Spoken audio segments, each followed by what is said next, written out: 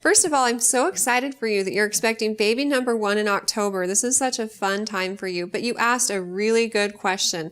And my answer to you is going to be from just one mom to the next. How do you prepare yourself for those sleepless nights? Because it can be so hard. It really can be very difficult to overcome those early days, but there's so many good things about them too. A couple of things that helped prepare me when I had my kids is just to get in the right mindset. Don't expect to get a lot of sleep. Go into it knowing that your babies are going to want to get up every 2 to 3 hours, sometimes every hour, and they may not always go back to sleep after you feed them. And if you go into it expecting this and telling yourself that sleep is overrated, then you're going to have a better attitude about it versus if you just resent it and you just want a full night's sleep the second you come home from the hospital with your baby, because that's not a realistic expectation and you'll be sorely disappointed. Now, you have to expect your hormones to, be all over the place for the first couple of days, especially after you've delivered, and you may even notice some changes within yourself for the first 2 to 6 weeks.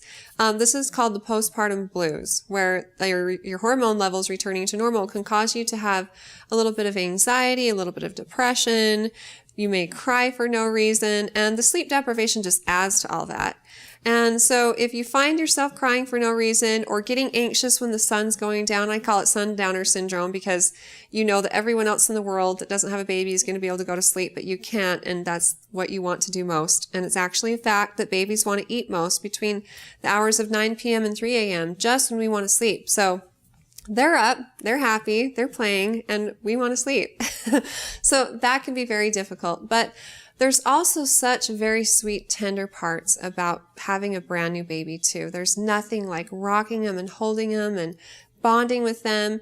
Spend as much time as you can with your baby and understand that life is going to become a new norm. You're not going to go back to life as you knew it. You're going to find a new norm as a mother with a child.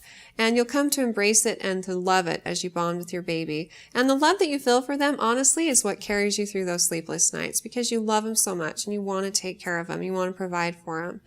And so that's what's going to carry you through. You'll fall in love with your baby from the first second you hear your baby cry, and know that the sleepless nights do end.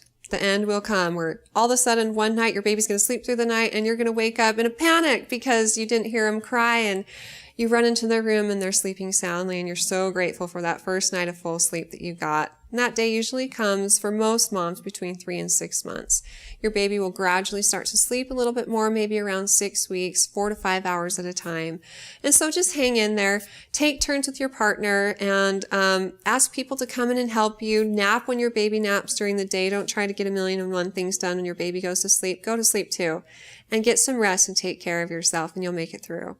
Congratulations again ahead of time, and good luck with everything. If you have any more questions for me, feel free to ask them on our Facebook page at facebook.com/Intermountain Moms, and recommend us to your friends and family too.